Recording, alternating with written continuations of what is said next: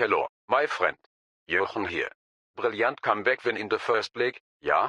We showed great mentality, coming from behind, and dominated the game. Moore and Edelman stepped up when it mattered, and we put ourselves in a strong position. But listen, the job is not done yet. We go away now, and New England will push hard, so we need to be clinical, organized, and ruthless. Keep the intensity, take our chances, and let's book our place in the Eastern Conference semi-finals. Hello everyone and welcome to episode number 71 of Red Bull KloppBot here on Sean Does FM with the New York Red Bulls. I hope you're doing well. Come up day, we've got the first round of the Eastern Conference Playoffs, and fingers crossed this time we can make our way through to the semi-finals as we look to build on our first leg win over the New England Revolution. So hopefully you guys are looking forward to that. But if you missed yesterday's episode where we did play the US Open Cup final, which was against Charlotte FC, I'll leave a link to that one over in the top right corner. Thankfully, picked up a very comfortable 5-0 win over those guys. And as you were seeing during the intro, we've backed it up in the first leg of this first round of the MLS Playoffs with a 2-1 win over the New England Revolution. To be fair, this was a little bit of a tricky one for us, especially considering that New England, of course, were the team that knocked us out back in the quarterfinals of the League's Cup. Certainly interesting opposition for us here in the first round of the playoffs, but thankfully off the back of conceding there through Kenny Tite at the 22-minute mark. A couple of subs during the second half did help us out here, grabbing late goals through Colin Moore and Daniel Edelman, who came on, actually moved Gabriel Pirani forward to an advanced playmaker for this game because Leroy Sané had just recovered from a minor injury and was quite injury prone. So I thought here against the team who had to come through the wildcard game only a few days earlier that we could risk not having Sané in our team. And also Renier in this game had a bit of a stinker. Actually, quite a few of the players that we started for this one not doing too well. Also, actually, Molina was out with injury for this first leg. So we were missing a couple of key players, but thankfully some of the guys there off the bench, Edelman, who in the end picked up man of the match for that game winner that he got with 15 minutes to go, and also Colin Moore, as I said, for ahead of the big lad that we did sign last season at just under 2 meters tall. They grabbed late goals there to make sure that we did just do enough to pick up a 2-1 win. To be fair though, looking at the stats, we definitely deserved that. A little bit disappointing that it took us that long to get the wood there over New England. So it does mean just one more win from potentially 2 games coming up in today's episode would be enough for us to make our way through to the semi-finals of the Eastern Conference. If we make our way through that far, we'll take on the winner of the tie between the Columbus Crew and Chicago Fire. You can see there Columbus, they won the first leg in a penalty shootout. They do like winning things in penalty shootouts, but those are the results off back of the first leg of all the ties. All the home teams do take the advantage into the away league. Before though, we played that first leg against the New England Revolution, did finish off the remainder of the league season here in the MLS. To be fair, didn't impact things too much for us considering already locked up the Supporters' Shield and top spot in the East. The 3 wins off the back of that Chicago Fire one were pretty routine, just keeping our first team players fit with some football each week with those wins. 3-0 over El Salt Lake, 4-0 over LAFC, and 3-1 over Montreal. But the most surprising result actually came a couple of days off the back of that US Open Cup final win. We somehow beat Chicago away from home. I say somehow, probably not that surprising considering just earlier in the month we beat them 8-1. But I thought this was quite surprising considering a few days off the back of that cup final, we put out a full rotation and a very early red card here to one of our centre backs in Tarek Connor. So I'm really surprised actually we managed to pull out a win there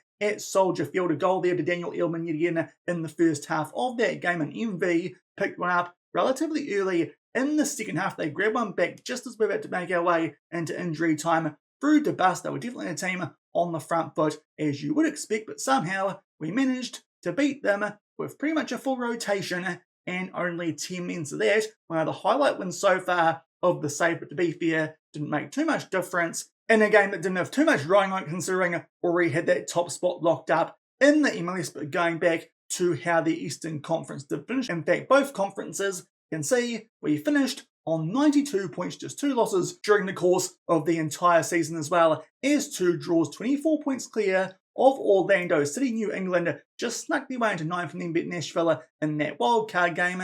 And there's the situation over in the Western Conference, and here's how things are looking in the first round of the playoffs over on that side of the MLS. So that's how we've made our way through off the back of that US Open Cup win through to today's episode, but fingers crossed here we can pick up a win away from home against New England, of course. Last time we did come to Gillette Stadium, they beat us 1-0 in that quarter-final in the Eastern section of the League's Cups. Definitely looking for some revenge here in this game, hopefully the only one that we're going to need during the course of today's episode. Otherwise, we'll go back to the Red Bull Arena for a do-or-die game 3 in this series. But thankfully this season, we picked up a win in that first leg, despite the fact that we did leave it quite late. So hopefully can make our way through nice and safely to the semi-finals of the Eastern Conference. Course last time as well that we came to Gillette Stadium, we did the KloppBot's hotspots as well. But thankfully going to this game, we've got no injury concerns, unlike was the case for that first leg, albeit a couple of players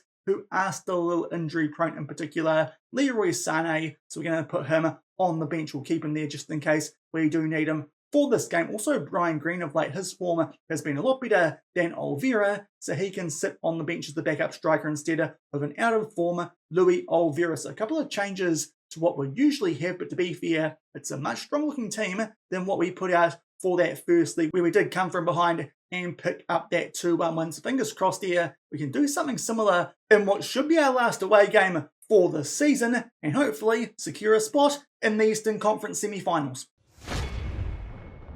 And here are team sheets for the second leg here of the Eastern Conference first round of the playoffs. Of course, New England Revolution at home, they need a win. To be fair, they could draw this and get the job done on penalties. That would still take it to a game 3, because of course, it's the MLS. They love a penalty shootout, but in terms of us, got Robinson in there in the advanced playmaker role. But apart from that, it's our first choice 11, so fingers crossed here our guys can get the job done. As I said, a bit of revenge here for that League's Cup quarter-final, where they did do us 1-0. The goalkeeper, an absolute blinder in that game. Fingers crossed that won't be the case. They will be early stages. New England, who are on the front foot now, though, we start to turn things around. We'll give a bit of encouragement here so far.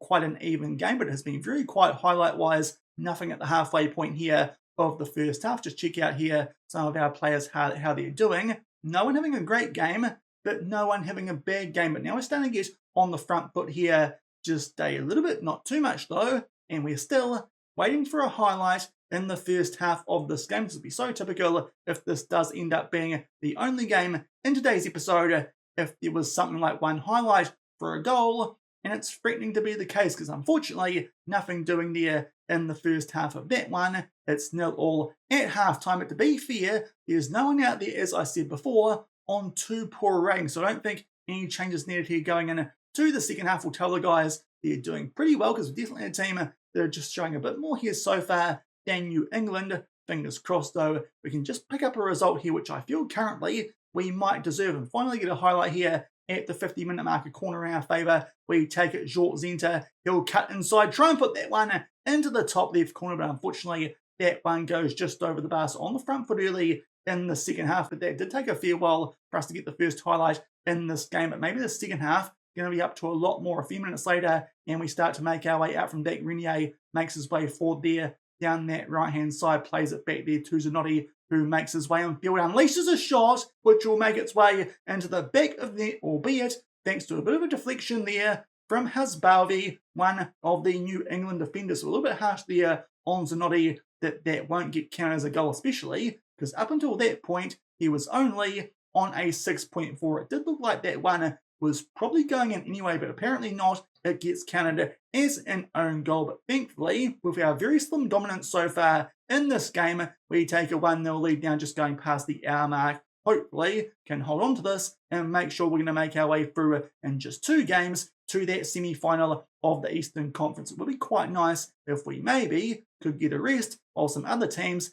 have to play a game 3. But now it's time for us here to make our first sub. MB's gone down to a red heart. We'll take him off here for Birchmas. MB's form of late has actually been a bit better than Birchmas. That's why we've put him in to start this game. Also, we'll take off Molina, coming back from an injury, for Brian Green, and just checking out who else here. We could take off Pirani on a 6.5, as is Julio Cesar. But to be fair, we've still got some more stoppages that we can use late in this game. So I think we'll just wait and make subs if we absolutely need to, especially as the scoreline is only 1-0 in our favour. New England definitely could still find a way back into this game. They'll go thrown here inside of the final third. They take a shot on there, I think that was through Palacios, but thankfully that one goes high, and also just stay a little bit wide about to make our way to the last 10 minutes of this game. Now, quite a few players do drop down to red hats, and Zanotti quite harshly still on a 6.4, so Aren't We can come on for him.